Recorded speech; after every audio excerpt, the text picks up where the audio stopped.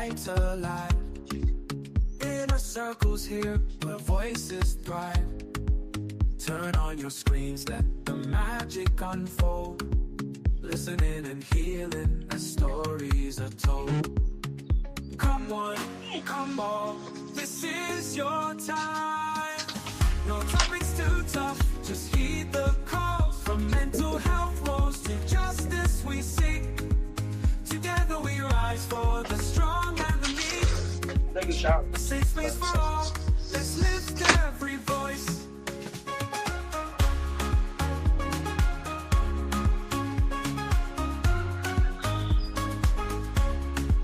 In a circle podcast where hearts unite.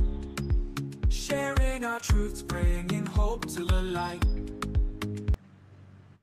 Good evening, folks, and that is the Inner Circle podcast. Today is Wednesday, June 11th. This is normal our business segment, but tonight we have a very special guest. Our topic tonight is violence prevention and public safety. These are the summer months, as you all know. During the summer months, for some reason, gun violence increases all over this country. So tonight we have the police chief of Broken Park, who's going to be talking to us about how his city approaches gun violence or public safety during the summer months. So, Chief Bruley, welcome back to the Inner Circle podcast. Thank you. Get it. Okay. So first, how does your department prepare for the summer months? When we often see a spike in gun violence across cities. I mean, like Broken Park. Yeah. I don't know that we're always working on violence in our community. It's the priority of the police department. So there's not a lot that's done different in the summer, although we have a lot more gun violence in the summer than we do in the winter. And I don't know that I always know why that is, other than there's a lot of our gun violence is around opportunity specifically when groups and gang members meet up and they're opposition to each other. Then gun violence kind of just erupts. And then what we also see related to that is once there's a shooting or, somebody shot at or shot, then a lot of retaliation. And that's when we get really concerned. And we do a lot of proactive things like with our community intervention unit. And we also use a lot of intelligence to try to predict when the next shooting is going to happen and who's the target. And then we go pretty aggressively on arresting those and try to break that cycle before there's a lot of retaliatory shootings. Yeah. How do you measure the effectiveness of violence prevention programs? How do you measure those? Yeah, it's impossible. I mean, that's the truth of it. We have community intervention unit that's within the police department, and that is quite honestly the first of its kind in the nation. And I'm very proud of that, and we think it's very effective. But the truth is, it's hard to measure what didn't happen, right? If we reached out to a kid that we thought was high risk today, and we did, right? Our community intervention unit, I'm sure, met with some youth today that are high risk, meaning our intelligence determined that they are likely to commit a crime or are involved in criminal activity or around gun violence, and they're trying to end their lives, and they don't pick up a gun tonight and do something. How do you ever know if that would happen? And that's, but you can't always. And one thing about the police department is we measure everything, right? How many tickets we write, how many calls, how many arrests we get, how many guns we get. We measure everything, but we can't measure, and we measure crime. Like at the end of the year, we look at, did we reduce violence? And that's really the only way you can say, what strategies work together to help reduce the most amount of violence. And that's probably the only way you really can measure it.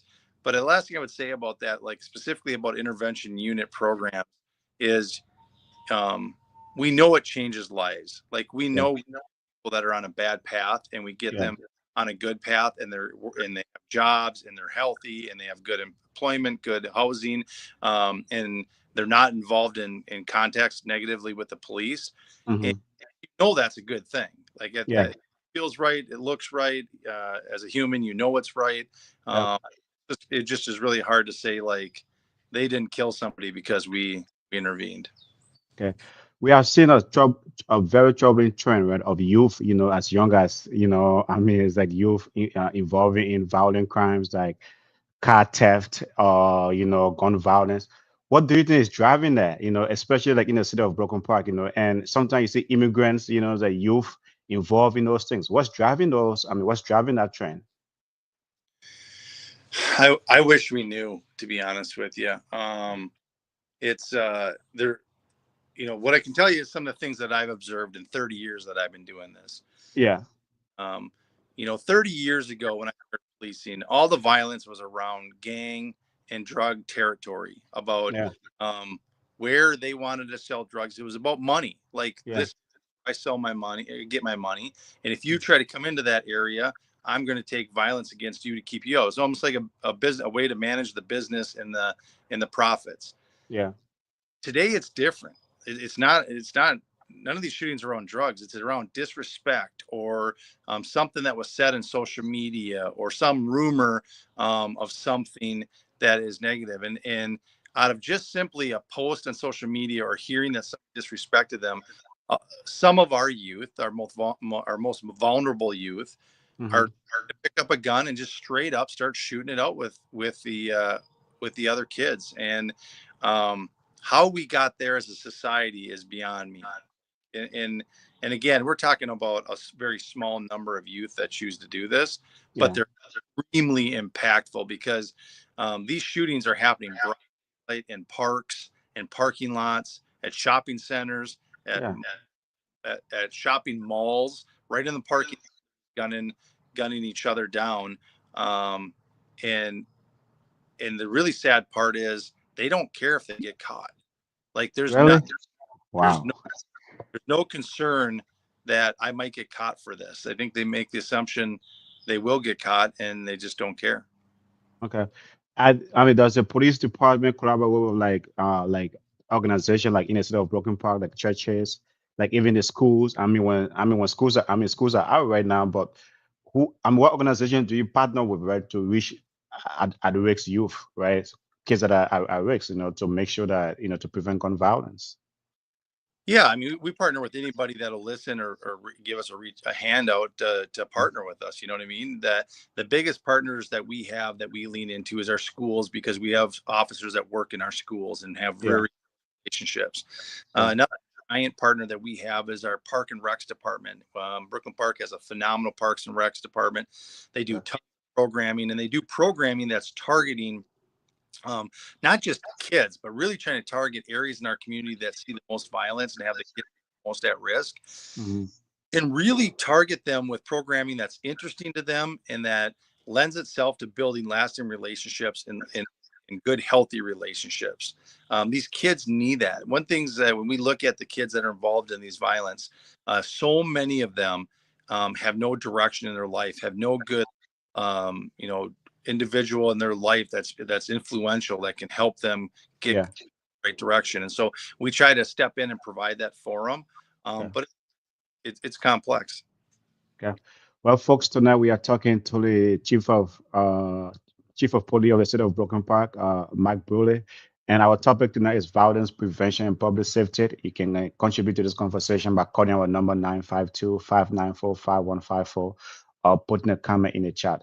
With the rise in gun violence among teens, what's the city's strategy to tackle like illegal firearms? I mean, you see that a lot. I mean, you wonder like how do the kids get their get their hands on these guns? I mean, what's your strategy?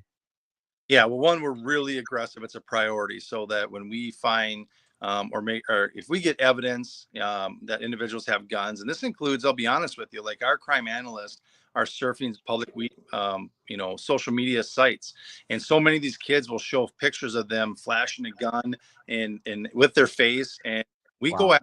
like, we literally use that as evidence, get search warrants, and go after them and the gun to get them off the street. So we take, at my direction, a really, really hard stance that if there's a gun mentioned, we don't stop until we recover it. That includes doing search warrants, and going until we find that gun. So we take a hard stance that we got to get these weapons off the street as a start, and be really aggressive on trying to prosecute. So these kids understand that if you choose to pick up that gun, there's going to be some level of consequences. Now, I would argue, many times I'm not always pleased by the consequences from the courts. The courts are still really lenient with youth, no matter what they do, including gun crimes. They don't do a lot with them, and I don't agree with that. I think the strategy has to be really sound, that we as a community and as our court systems don't tolerate people picking up guns and using them against each other. Yeah. But one, that's the hard stance that we take on guns, on recovering them. But I also just, remind your audience that there's more guns in the United States than there are people. Yeah. They can get a gun, they're stealing cars and constant, they're finding guns in glove boxes. That's just how many guns we as society have. So we're not going to get all the guns off the street anytime soon. Like, the access to the guns is prolific. They can get them anywhere, everywhere. They can buy them in the black market. I mean, you honestly can buy a gun for $50 in almost anywhere in the community, right? From somebody that's willing to sell some stolen gun. What we really got to start thinking long term as a community is, why do these kids want to have a gun so bad? Why are they have such a strong desire, and what can we do to intervene? My son, I don't know if you've seen him, he's behind me. I had just picked him up from baseball, so that's where I was waiting for me. Yeah. But he's 14 years old. He's gone to gun safety. He's an avid hunter. I take him hunting. He's been around guns and used guns his whole life, and has a healthy respect for them. It never occurs to him to go into the safe and get the gun, right? Like that no point does that ever occur to him that makes sense. And we got to figure out in society, how do we get our youngsters to be like that? To at no time is there in circumstances where you should be trying to get a gun because somebody disrespected you or somebody is frustrating you. That's not how we should be dealing with our problems, is with violence. Yeah. I mean, for you as a police chief, it makes sense, right, that your son will be exposed to that, or your kids will be exposed to that. But as an immigrant, right, like, I moved into this country like, at the age of 15, right? And a lot of immigrants struggle with that, to see, like, why is guns so prevalent in America, right? You have the Second Amendment rights. I struggle with that, right? It's like, okay, why do you need guns? Because there's so many law enforcement, right? You have the FBI, you have the police, you have like ATF. It's like, why do people need guns for self-protection in this country? I personally struggle with that. It doesn't make sense to me. How Yeah. do you make sense of that as a police chief? Well, yeah. Well, a great question, to be honest with you. Just to give you the history lesson, and I know that you know this, but really, the reason we have the Second Amendment, which really started with making sure that Americans all had guns and had rights to guns, wasn't to protect each other from people breaking into their house, right? Yeah.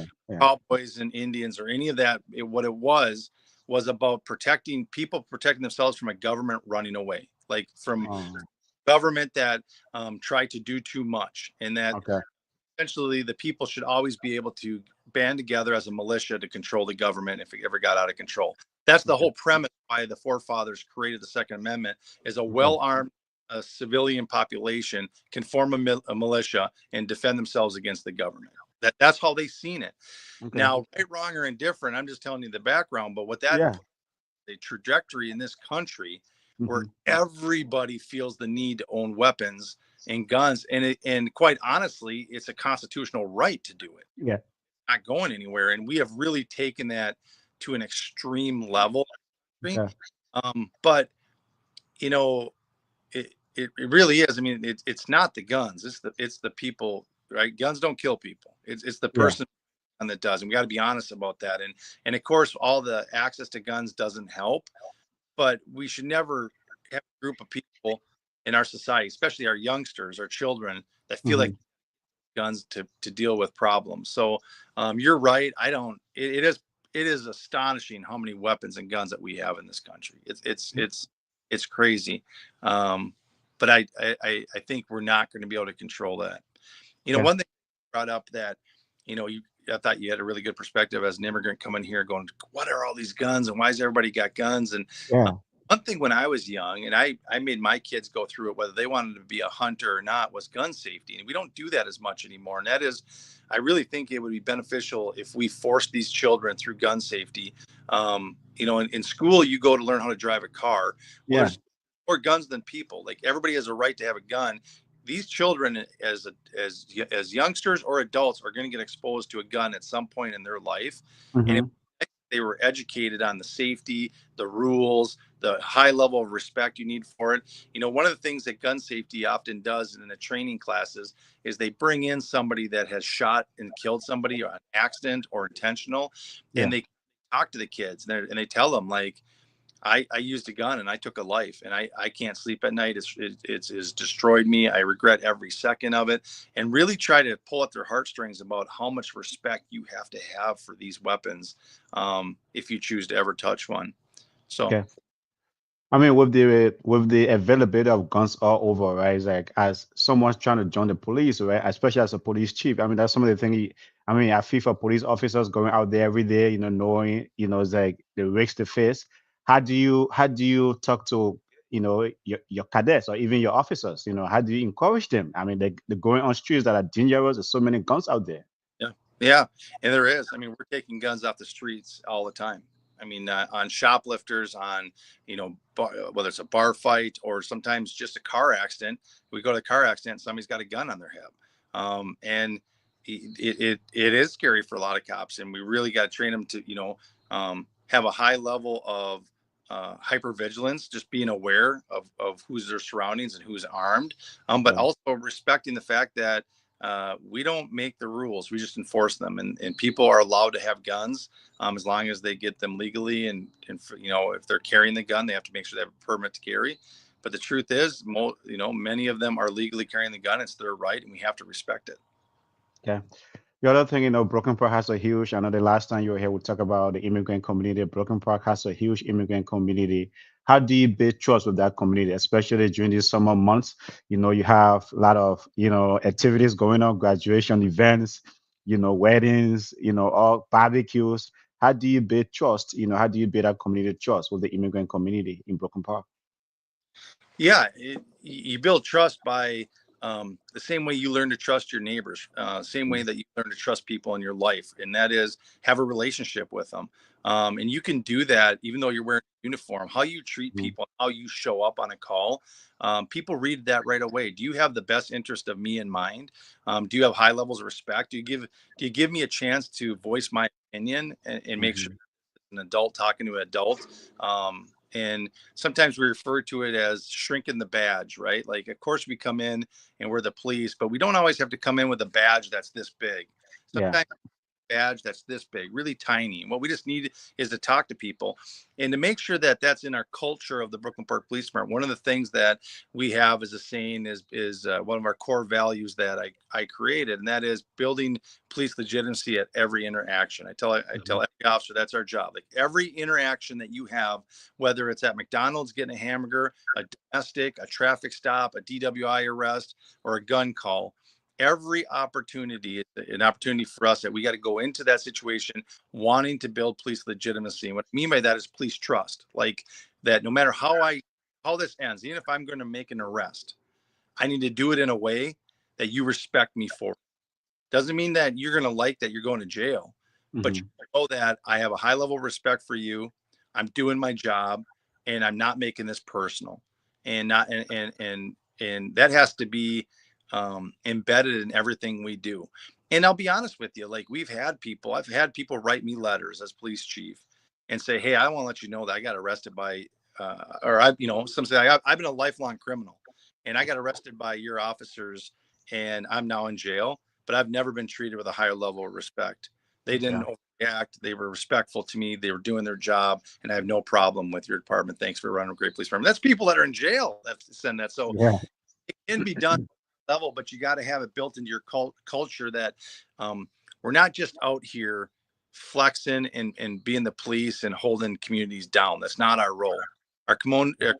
Our job is to serve the community, and that includes arresting people sometimes. That includes telling people to shut down the party or the wedding or a baby Yeah. shower. That Yeah. just has to be done. But how you do it, how you approach a situation makes the difference in the world. Okay. Well, Broken Park is often in the news, right, when it comes to crime, particularly shootings, sometimes robberies or violent incident. Why do you think the city sometimes always in the news compared to the other Minnesota cities when it comes to these crimes? Why? Is the media is it a one-way street? Is the media always trying to spotlight Broken Park or what? I mean, what's your honest assessment regarding that? Yeah, it's poverty. We have more poverty in other communities, and poverty has always had the burden of crime in the United States, and it does across the whole United States right now. Show me your poorest neighborhood, and I'll show you where your crime is. And Brooklyn Park has a lot of poverty, a lot of low income housing.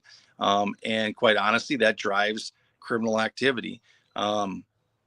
That's just the blunt truth of it. Like in if you go to Maple Grove, they don't have much crime. They don't have much poverty. And that's just the reality of our society, and huge inequity that really, economics, the disparity, nobody wants to talk about it. Why do Yeah. we have, Huntington Point apartment complexes has got about 2,200 people in it, majority of them Black and brown people, all living below the poverty line, all put into one apartment complex, which is essentially, just a giant institution for poor people. Um, it truly is a social problem, uh, and it's been going on in this country forever. Yeah.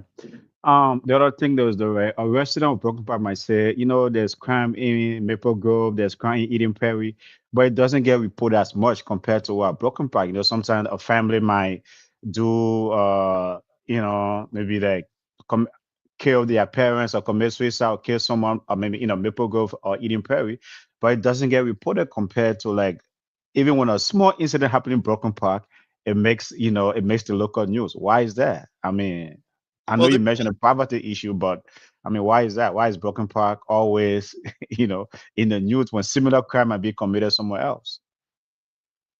um, great question. One thing we have is mandatory reporting of crimes to Okay. BCA. So, um, like Maple Grove, our crime is getting reported. Like the truth is we have more crime than Maple Grove. That's just the Okay. data. If you Okay. go, any of your listeners want to go, they can see all the crime for every city by going to the BCA's website, the Minnesota Bureau of Criminal Apprehension's website. They'll Hmm. see every crime because we're obligated to report it. We don't have a choice. We have to report every crime. We do it every month, and it's posted on there, so you can see the crimes that occur in all communities. And the truth is, Brooklyn Park just has more violent crime than other communities. Okay. Um, Now, I think your both things can be true. If Eden Prairie has a shooting, it doesn't seem to get reported like Brooklyn Park has a shooting, because Eden Prairie absolutely has shootings. Um, Hmm. Hmm. Happens to have more shootings, and so do I feel at times that um, we do get reported on more. Yeah, I think that is the case, and I think at some level it fits a narrative where people want, in media want to portray, or it sells or whatever. But it does feel that to me, as well as a police chief, that sometimes we're always getting our crimes reported. I'm like, hang on, I know other communities had a shooting last night. Why ours? Yeah. Um, but the truth is, if I'm honest, and you pull up the data, you're going Yeah. to see Brooklyn Park just has more violent crime. Okay. I think there's a question for you. It's a long one, but I will try to, say in Minnesota, an average of 424 people die by guns annually, with a death rate of 7.5 deaths per 100,000 people, ranking it 45 highest in the US. In Pennsylvania, where I live, the average annual gun-related deaths are 1,789, and the state had the 15th highest guns homicide rate in 2022. What is Minnesota doing that Pennsylvania isn't? One, and what's your advice to the police or citizens as it relates to minimizing gun violence? Mm, yeah, I don't know. I mean, that's really out of my league, like what's going on in Pennsylvania. Um, but so I can't compare it. What I can Mhm. tell you is what we're experiencing in Minnesota. And I think that's horrible that 457 or whatever the number was, people die, per year by gun violence. I mean, that's shameful. Um, Mhm. if you really think about it. Yeah, yeah. I mean, let me come back to the whole media thing, right? Do you think that the media really portray, I mean, the local media portray Broken Park I mean, fairly? I know that it's a diverse community. Do you think that the city is portrayed fairly in terms of violence or gun violence or, and things like that? Yeah, I mean, I think generally speaking, they do. I mean, the media is Okay. um, seems to be good. I mean, we do have a lot of relationships with them. Our public information officer has a Hmm. lot of contact with the media because we do have a lot of crimes, but they never seem to embellish. They report facts as we give them, to them. And one of the things that does, quite honestly, um, affect this question that you're asking is why Brooklyn Park is always in the media. One of the things that, and this is my decision, that Yeah. we are very transparent about crime in Brooklyn Park, and that is intentional. I want to be really transparent about everything in policing to our community. You asked about how building trust. Part of that trust is no secrets. Like you, Okay. you call the police chief from Brooklyn Park and ask him a question, and I'll give you my honest opinion. You can Yeah. ask him on the podcast at 8 o'clock at night. I'll be here and we'll talk about whatever you want to talk about. And Yeah. that crime occurs, I'm putting it out there on our websites, send out to our neighborhood alerts. If the media calls, we give it to them. And I think that is showing the community that we're not hiding anything. We're in this together. Crime is not a police problem. It's a community problem, and we're going to solve it as a community. And so in some small way, I'm a little bit responsible for Okay. reporting of some of these crimes because I'm really transparent about what goes on in Brooklyn Park. Okay. So then how are you working with the community then, with the community to try to reduce crimes, I mean, whatever, shoplifting, gun violence? How are you partnering with the community to make sure like how can we reduce these crimes? How can we reduce violence? Yeah, I mean it's embedded in everything that we do. So we work with our, Target, Walmart in loss prevention. We build special programs for them to try to reduce, their theft. Auto theft has been a real problem. We installed cameras that check license plates on critical roadways. It's called a flock camera system, and all it does is read license plates and then alerts the officers of stolen vehicles, and so that we can capture these stolen vehicles and the occupants in them, to really help reduce auto theft. And we have drastically reduced auto theft. The other strategies in part around just specifically with the community is like around Huntington. We have officers that go there, are assigned to that area, doing foot patrol and connecting with the people every single day in Brooklyn Park. And the goal there is, yes, that apartment complex has had historically a lot of violence, but the partnerships with that community and the relationships that we've built there with the residents have now made it, a reduction, like 27% reduction in violent crime in those apartment complexes. And that was done strictly because we made relationships at the apartments, and they asked us to do search warrants on certain addresses. They identified who's got the guns at the apartment complex, and we went and got them. So it's really embedded in everything we do to find ways to partner with community members, to give them direction, allow them to give us direction on how to resolve the issues in their community. We don't, in Brooklyn Park, we work really hard to not police onto people. Now, that doesn't mean we don't do traffic stops and DWI arrests, because we need to, but our goal is to partner with the community and have the community tell us what do you want. Sometimes the community like, hey, speeds are too fast on this roadway and I need you to help slow them down. And so then we do. But what's really embedded in what we do is putting the community first, and have the community direct what they want us to do. Okay.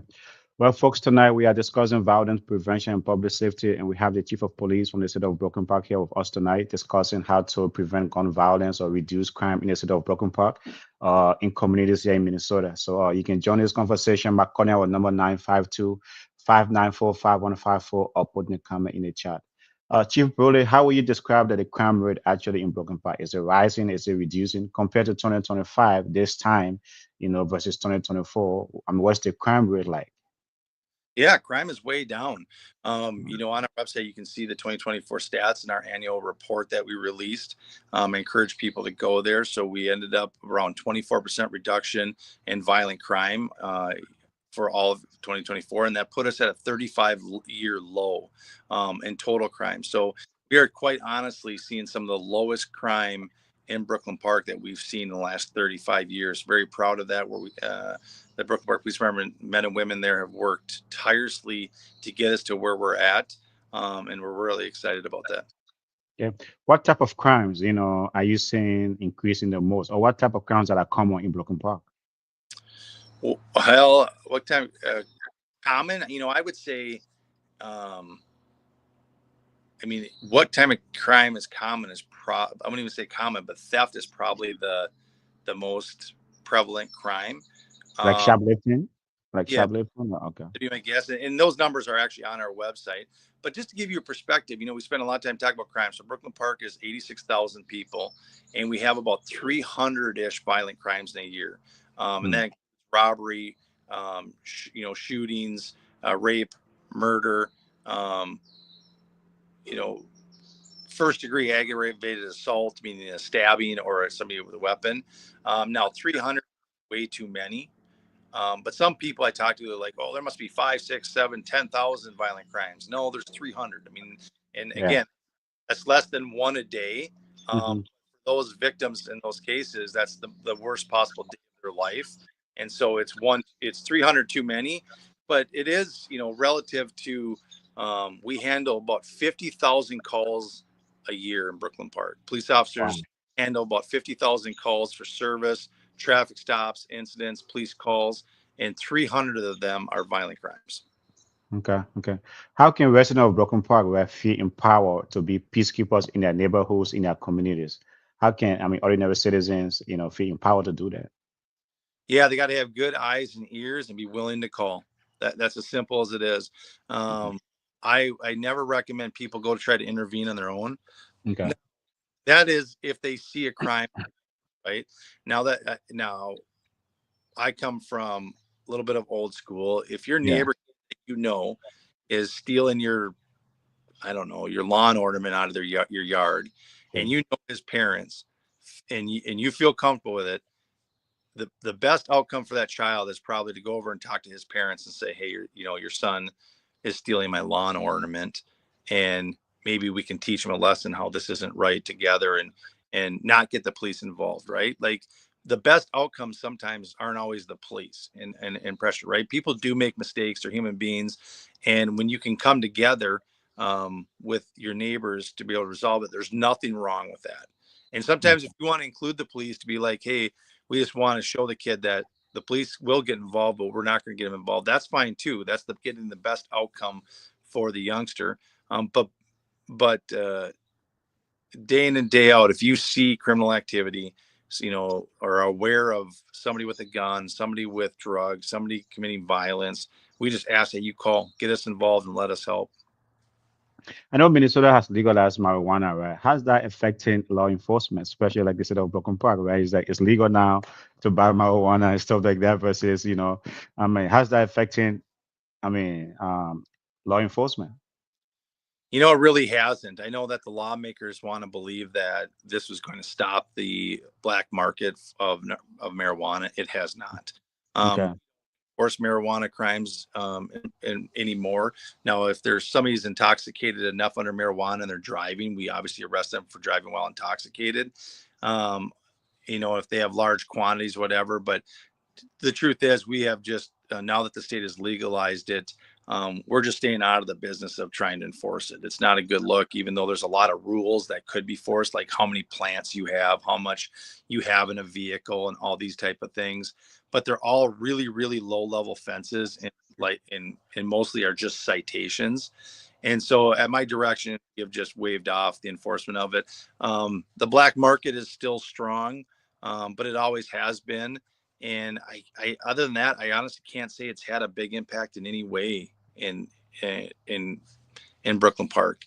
It's not Has it drug. had a It's has not. it had a negative impact though? I know it's like has it had any kind of a negative impact or is it having a positive impact? I mean, for me I struggled like to understand what was the rationale of making it, so available. I mean, I know folks might see a lot of other benefits to it, but what was the rationale of making it so available to folks?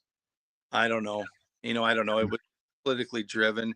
Um, it really hasn't made it a big impact. I will tell you, Mm. my personal belief is, we're trying to do everything we can to get people not to smoke cigarettes, right? Like, we're Yeah, just bucks yeah, yeah, we're yeah. just doing air. You can't smoke anywhere near a building, in the parks, all these things. And then at the same time, we're having war on cigarettes. We're telling everybody, hey, pick up the marijuana joint, start smoking. And that doesn't make any sense to me. The other thing that Yeah, doesn't make sense to me as a police chief is mental illness is prolific in our yeah, community. Um, yeah, yeah, and that's across the nation, not just Brooklyn Park, but across the yeah. entire mental, Hmm. health is quite honestly an epidemic. And one thing that we know about people that suffer from mental health is they like to use illicit drugs to help like self-medicate themselves, especially if they're not, doing a good job of going to a doctor and getting medication. Mhm. Um, do we really need another quickly accessible mind altering drug available to people? My answer is no. I mean, I think legalized marijuana is cause doing more harm to our communities. But from a public safety perspective, I, I'm indifferent. It Okay. just I just think uh, as a parent, I don't think I need my kid having marijuana waved around his face everywhere he goes, because now it's literally everywhere. Yeah. What good is that? Yeah. Yeah. Back to like crime, like are there like particular neighborhood or hotspots in, I mean, in Broken Park that you are focusing on this summer, or like you are focusing on, right? And the reason I ask, as a friend of mine, a Caucasian friend of mine, to be a former co-worker, every time he hears, violence in Broken Park, he's wondering which part of Broken Park, right? He said when he comes to Broken Park, there's so many part of Broken Park that's so nice, right? But are there specific areas in Broken Park where in crime is so, I mean, it's so prevalent? Great question. I'm going to bring you back to a question you asked earlier about how do you build trust with community. One of the things that we did wrong for a lot of years, and that is we would look at, hey, where are the bad areas where crime's likely to occur? And then we would send all our resources down there to, quite honestly, over police the community. Well, guess Okay. what?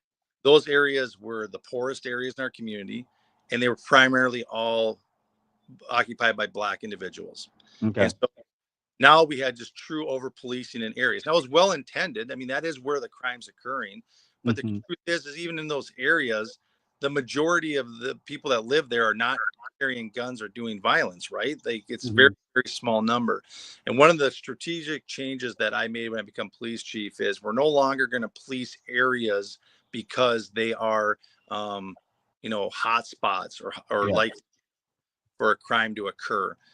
It's too much damage is done to our good community members that are just trying to get by, pay their rent, get some food on the table, and get to work.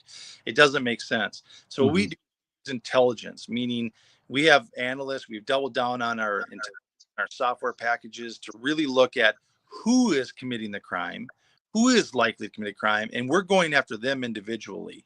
Like if the Facebook post with a gun is an example. Like Hmm. we people that live in Brooklyn Park that are flashing guns and threatening to retaliate that night, and we're going in and doing search warrants, coming in their house and getting their guns. And um, so we're really trying to leverage intelligence to be precise, like a scalpel, like a surgeon, to go get those individuals that are committing crimes, and Hmm. not just looking at specific areas. Because it does not build trust if the police are just over policing our poorest, most poorest neighborhoods.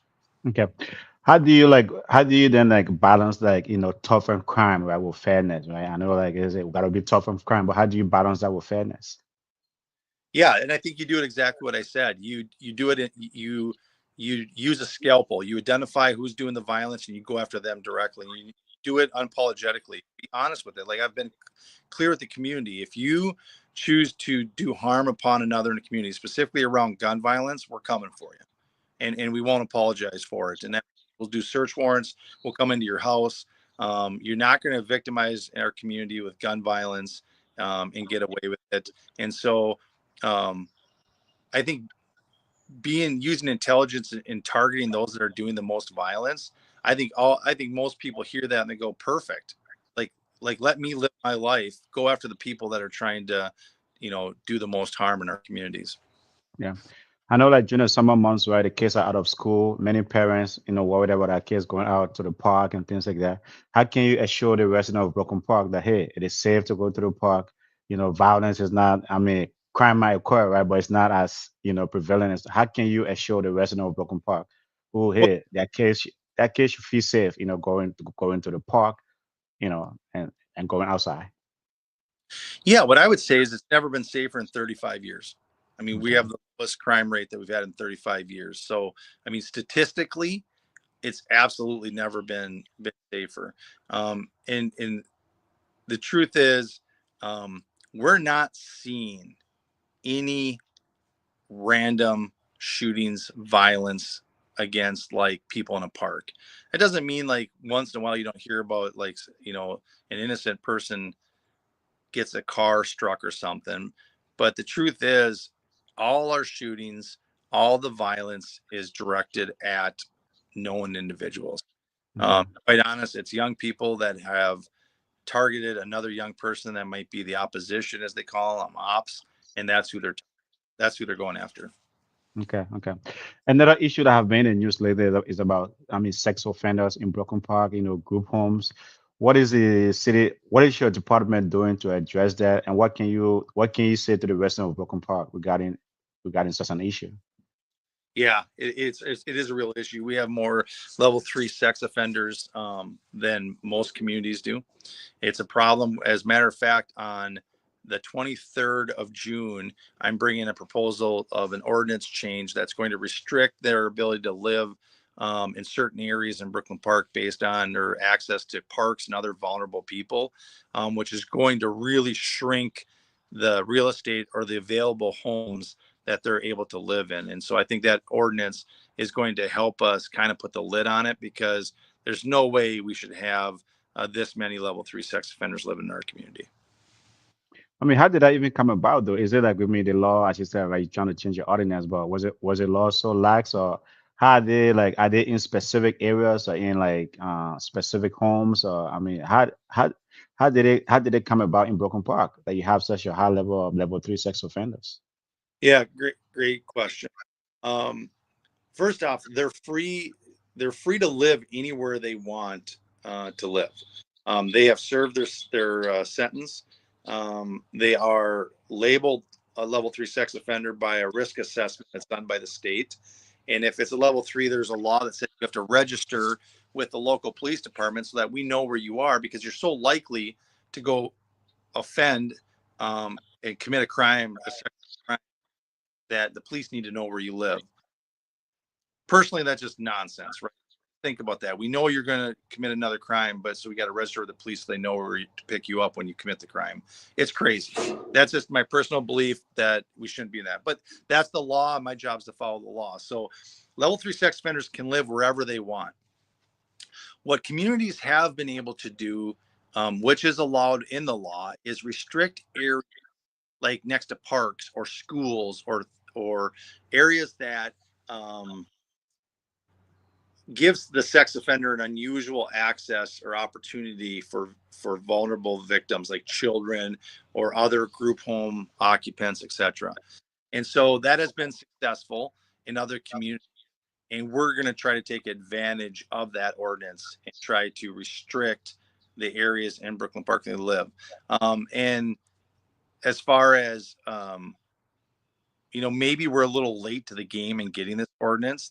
Yeah. Like, I wish we would have had this sooner. But also our unusual number of housing stock, that's lower first time home buyer type housing stock, and lots of our rental properties in Brooklyn Park. That is what's making it easy access. Like, if you get it out of prison for committing a rape, you don't necessarily, you can't go buy a $3 million home, right? Like Yeah. Yeah.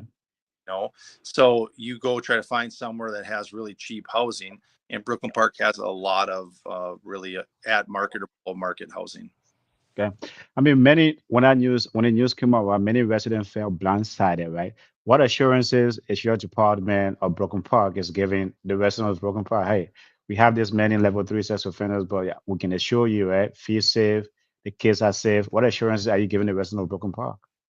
Yeah, great question. One, we're doing things like putting this ordinances to make sure that we can restrict where they can be and live. Two is we do have the right to do checks, what we call compliance checks on them, and we do them continuously.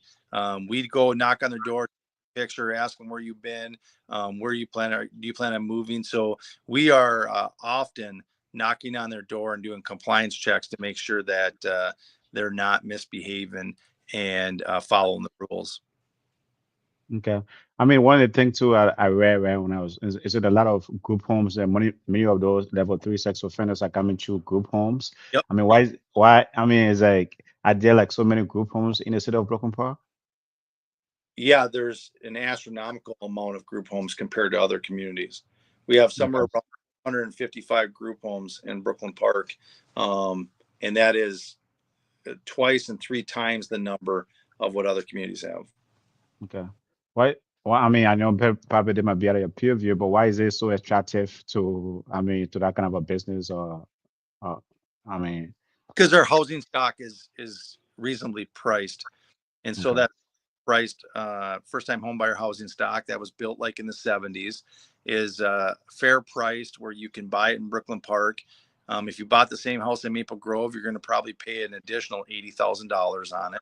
And we have a lot of them that were built in the 70s, meaning they're reasonable enough to purchase for a business like a group home to make money, but yet they're also up to date enough that their wiring and their housing codes are safe enough that they can get licensed into these homes.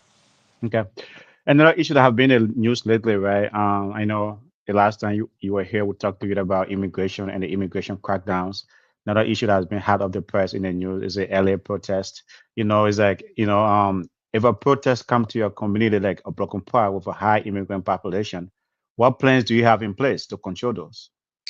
Yeah, no, I mean, one, we have a lot of relationships that we work on. I have a Chiefs Multicultural Advisory team that I consult with constantly that is made up of, um, almost all immigrants that are on there that really help me, one, get my message out to the community and for me to hear what's going on in the community. Two is we have a public order team or what we call mobile field force, right? So we have a large consortium with multiple other agencies that have access to crowd control techniques if we need them. And it includes about 110 personnel on that team. And so a pretty large number of group of people that are accessible if we have to deploy them. That really needs to be the last resort. We hope that we can be proactive enough and lean in on our relationships and lean on our long history of doing things right to try to prevent us getting in those circumstances. So it's both about being proactive and try to avoid it. And if we absolutely cannot avoid it and it comes to our front door, we certainly have the training and the resources to take care of it. I mean, what do you make? I know it's like obviously they might be out of your, purview again, but the immigration, I mean, since the new administration came, right, it's been very, very, it's been harsh, right? It's like the crackdown is being intense and it's creating a lot of fears in the community. And sometimes like, I mean, there was an incident in South Minneapolis. It was South Minneapolis on Lake Street, right? I don't know what was going on there. And then the community started gathering. I mean, it's like, what do you have plans like to kind of prevent such incidents? You know what I mean? It's like if maybe ICE come to Broken Park, what is the city of Broken Park or the police department going to do, right, to work with the citizens and say, hey man, maybe there's only like for a specific area or allow ICE to do their job. I mean, what strategies do you have in place to work with the community to make sure it's like, nothing flares up like in LA or like what happened on Lake Street? Yeah, great question. I'll try to answer some of it the best I can. Sure, Uh, sure. here's what we got going on. ICE isn't doing anything illegal. ICE is a Mhm. government agency. This would be like us declaring that the Brooklyn Park Police Department shouldn't be enforcing crimes and arresting people. Like being in this country illegal, a criminal version of it, not a civil version of it. Yeah, yeah. Like it is. So like ICE agents are tasked with that. The federal government is tasked with that, and we're losing sight of the fact like they're doing their job. Now we may not like it as society. We've really learned to say, hey, our immigrant communities are our friends, they're our neighbors, they're our business owners, and I've been working in Brooklyn Park for 30 years. I have deep friends that were not born in this country where I was Yeah. born. They're Hmm. people I love that so I get it. But we got to be thinking like to change the law. Like we need to have Congress change the law and say, hey, we're going to have open borders. But we can't be whole going after ICE agents. They're just like me. I could have been an ICE agent, right? Yeah. They're doing their job. Um, and so that's just is a public service announcement of that. It is legal what they're doing. Like that's their job. And there's uh, a whole division of people dedicated to immigration violations and process. Now we should be following due process. That's the thing that at times it makes me scratch my head is this country is found on due process and they should be following it. But none of these things I'm talking about right now have anything to do with me as a local police department. So if they come into my town, and ICE has been in Brooklyn Park a fair amount, we can't stop them. They literally could arrest me if I stop them or if I hinder them in any way. They're doing their work. And so the other thing is we got to make sure that we're using good information. And I know the Lake Street incident, I know that was about a very, very large scale methamphetamine distribution, a really international group of criminals Okay. that distributing 20-30 million dollars worth of methamphetamine. Okay. Are people that we as everybody, you, we want them out of our community. We do not want people like that in our community. And these federal agents were doing that work. And then for all that disruption and misinterpretation of information, including politicians get involved, we have to just be better than that in society. Like, it's just the truth. Because if people are going to make up facts, yeah, and that happens in Brooklyn Park, I'm going to get caught in the same situation. If people aren't willing to listen to the facts, we get ourselves in a very dangerous place. That you're not even able to be reasonable and understand that people were told many times this has nothing to do with immigration. This is a large scale criminal investigation. But okay. people, they wanted to fight. And I'm going to put the caveat out there. There's things that are concerning around immigration, the way it's been handled, right? Like, especially the lack of due process. So people are on edge.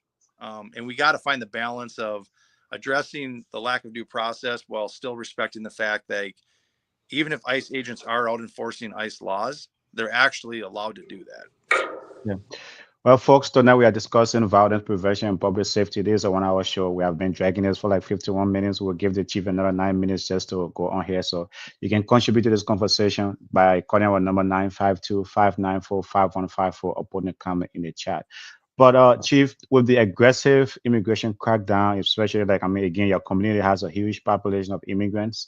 Do you think the residents, like immigrant residents in Broken Park, would trust law enforcement, especially the city of, the police to report crimes or to report, situations happening in their very neighborhoods? I think so. And I was really worried about that, right? Because that scares me if I have a bunch of immigrants that are being unwilling to call 911 and get help when they need it.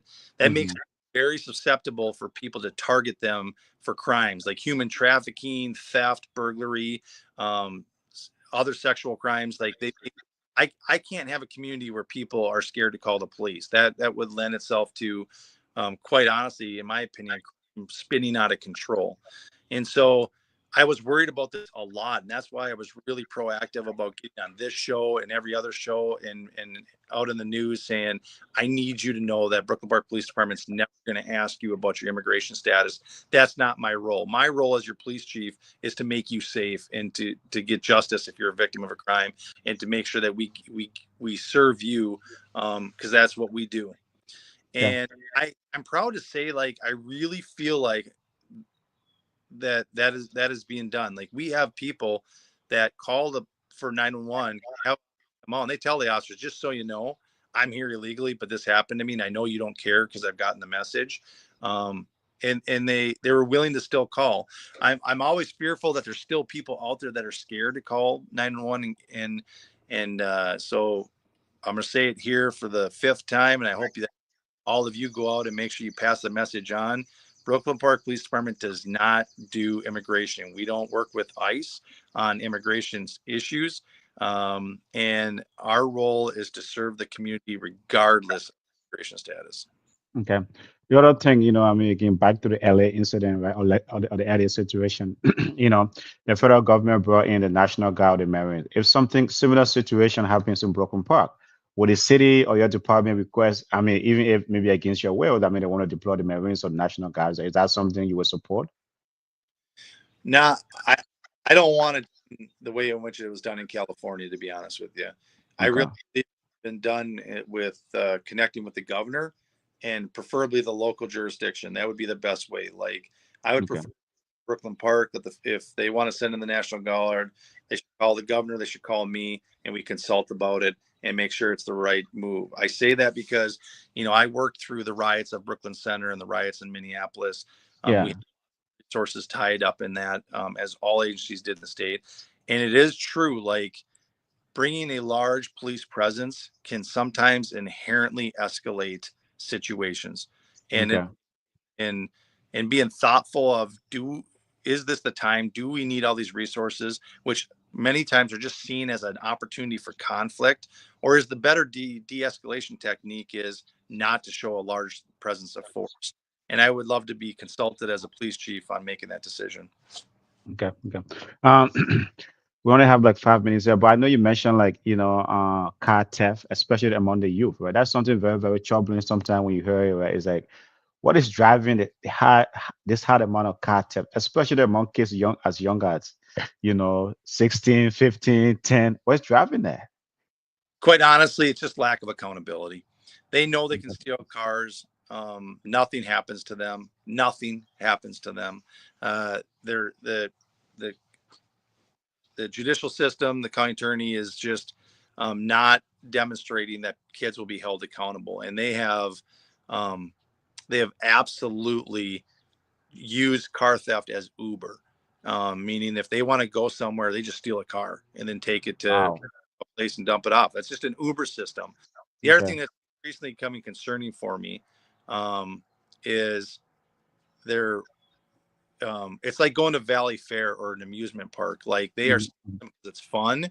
They get kind of an excitement, and then when they find the police, they bait the police into a pursuit, trying to get them to chase them. It's Whoa. just an absolute lack of accountability. Now, I will tell you, it's gotten better, and our Okay. auto thefts are down. So Okay. caveat with my data. My data is a little dated, although it's still relevant. But the juvenile detention center does actually take auto theft where they didn't take kids. 18 months ago, if you stole in a car, we had nowhere to bring you. We brought you home. And a lot of times mothers are like, what are you doing? Bring them to jail. Well, we can't. That's been changed. And there has been some more aggressive prosecution on offenders that, continue to repeat offend. Mhm. But we're still pretty heavy on um, slapping their wrist and sending them home, which is just telling these kids, go ahead and do it tomorrow night and the night after and the night after and the night after. What is law enforcement, or especially what can a community do, right, to kind of maybe prevent, or to maybe like, do we need to, encourage our state representative or senator to say, hey, man, change the law or something? What can a community do to make sure that kids, I mean, these young kids, is like that they are held accountable for their crimes because they are committing, I mean, violent crimes? It's a county attorney. Wherever you live, it's your county attorney that makes those decisions. The laws are already enacted. There's plenty of laws on the books about you can't steal other people's vehicles. But we do have to get to the judges and the county attorney and let them know that we as a community believe that we should hold our children accountable because we love them. If my son, who was just behind me, if he Hmm. made a mistake, you know what I do? I hold him accountable. Yeah. He gets grounded. When he was young, he might have got a little spanking, and I didn't do it 'cause I hated him. I did it because I loved him. Yeah. Well, we're willing to do that to our own children, but yet if your child steals a car, I can't even hold them accountable for stealing the car. Like Hmm. it should be done out of love, out of correction, out of the fact that we're teaching you a lesson to make you better. And we've lost our way when it comes to our judicial system in that aspect. Okay, okay. I mean, I know Minneapolis County Attorney is elected, but like other are all county attorney elected? Yep. Yep. Okay, okay, okay. Well, that's a good one. I mean, it's good to know, right? So folks can know, right? I mean, obviously, what to do over there. But as we wrap up here, what's the message you want to leave with the community tonight? I know that there's a lot going on. It's a summer months, a lot of things. Broken Park seems to be attractive to a lot of activities and things like that. What is the message to the entire community tonight, especially the immigrant community? I think it's a couple things. One is thank you. Yeah, Um, I will tell you that the city of Brooklyn Park has and the police department, and I myself have a amazing relationship with the Liberian community specifically. To be honest with you, yeah. um, keep on being great and keep on being great partners with our community because we love you and we appreciate it. And Second part is we're working hard for you. And I really mean it when I say we work tirelessly to be transparent. And so if you have a question, email me, call me, talk to me, or my staff. And our job is to serve you. We take that serious. And sometimes I might have to give you a ticket, and that is still serving. But people accountable, and that includes me. Yeah. I get tickets. I Yeah. hide my wife and pay them secretly, but I get tickets. And Yeah. like, it's okay to be held accountable and go, you know what? I made a mistake. I'm not a bad Okay. person. I just Okay. better. And but yeah, so if you ever need anything from the Brooklyn Park Police Department, reach out to us. We're here to serve. Okay. Well, Chief Bruley, thank you so much for taking the time again to join us here on the Inner Circle podcast. We really appreciate it. You are very flexible. I can attest to that. You know, you're always accessible to educate our community, to inform our community what's going on in Brooklyn Park. So again, thank you so much for joining us tonight, and we hope you can make this your home whenever we have something to, for you to speak to the community. We'll always reach out to you. Love it. Yeah. So thank you so much, and you have a good night. Yeah, you. Yeah. Yeah. Okay. Thanks, folks. Good night. Strong, we're never alone. Together as one, we've created.